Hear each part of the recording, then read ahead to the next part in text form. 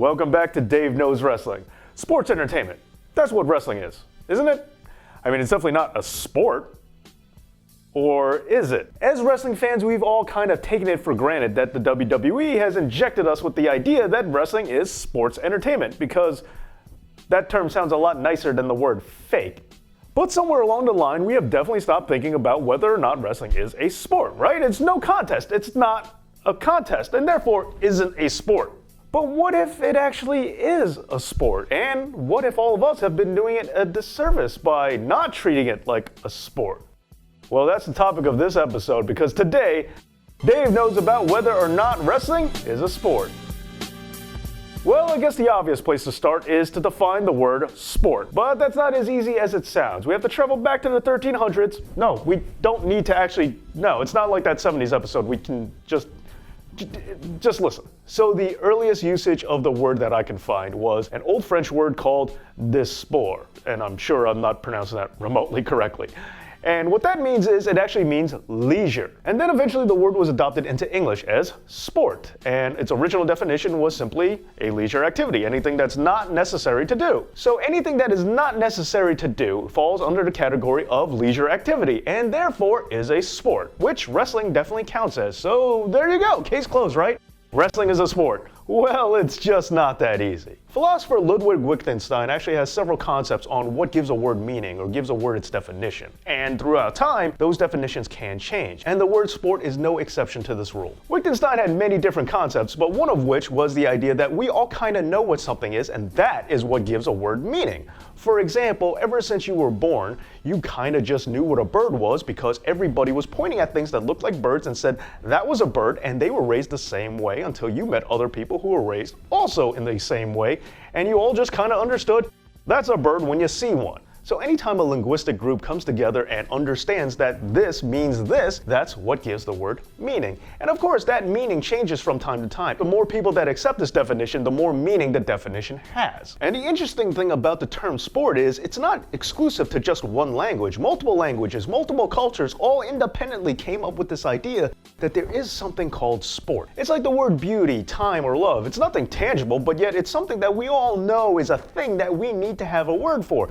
Sport is most certainly that important that all of us decided we need to call this something. So sport is apparently important enough that the concept of it needs to be a thing, and it needs to have a word, a term, that designates what a sport actually is globally. So we need a collective group and a global one that encompasses all people to define what sport is, to actually get a good solid definition. Fortunately, we do have such a governing body. It is called the Sportaccord. Now, the Sportaccord is an organization that examines what sports actually are, and they accept certain sports as being such and certain activities as not being sports. Now, some sports have gone in and out as the definition has evolved and changed over the years. Now, the debates come about over the criteria that the Sportaccord has actually laid out, because that's where the interpretation lies. Now, if we examine their rules, we're going to notice that they're pretty interesting, and pro wrestling might actually fall under these guidelines. Now, the first rule I'm going to go over is luck. Luck cannot be a built-in factor into playing the game itself. So games like poker or blackjack or dice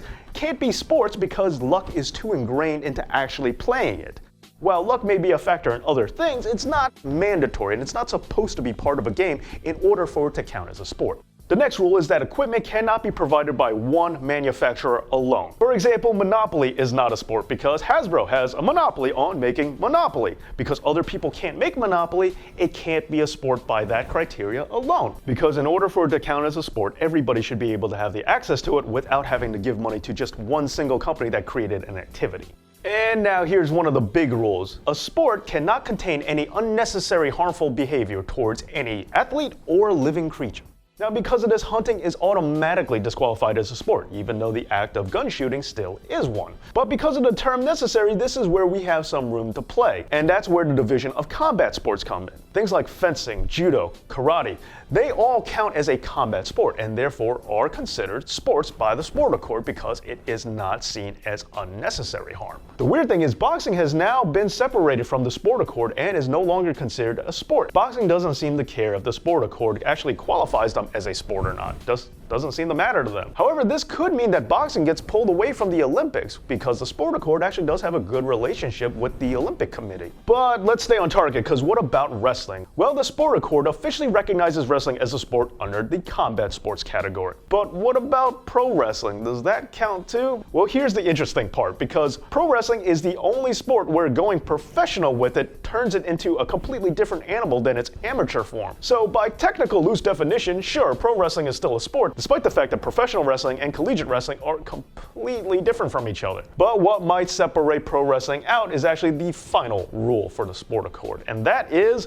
competition. There must be an element of competition in the activity itself. So that right there, because wrestling is fake, predetermined, scripted, must be disqualified. Right? Once again, not exactly. Because, well, who gets the pinfall? Who gets the submission? Sure, that is most certainly predetermined. That's not competitive at all. But that doesn't mean that their athleticism isn't a competitive field, because it is. When you hear about Vince McMahon and his illustrious brass ring, well, what is he talking about? How are people competing? Well, just look at Tough Enough. Does that make Tough Enough a sport because it's pro wrestling plus competition? It seems really weird to count Tough Enough as a sport, meanwhile Monday Night Raw and SmackDown are not sports. But this goes back to the collective group concept thing we were talking about earlier. If we actually look at professional wrestling as a sport, as a competition, and see who's doing it better, that could change everything.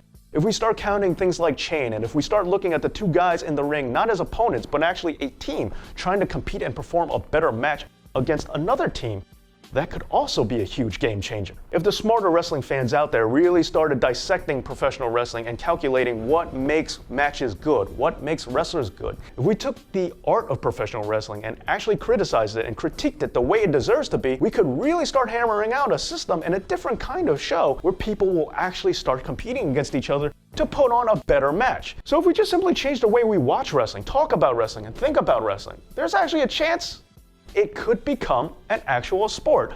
Imagine that, amateur wrestling and professional wrestling, both as separate categories in the Olympics. You could see two of our best athletes trying to put on the best chain wrestling match possible so they can win the gold medal against other countries trying to do exactly the same. Hey, with that, Kurt Angle might actually be able to win a gold medal in professional wrestling to go along with his amateur wrestling gold medal. How crazy would that be? Just look at ESPN. Pro wrestling is getting more attention there than it ever used to. Now I know, ESPN covers a lot of things that aren't sports on that channel, but it seems to be a step in the right direction. And ultimately, we don't need pro wrestling to be a sport. Whether it is or not isn't going to change how much we enjoy it.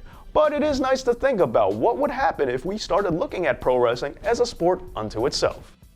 But what do you guys think? Do you think pro wrestling is a sport, or do you think it doesn't really matter and it definitely isn't one?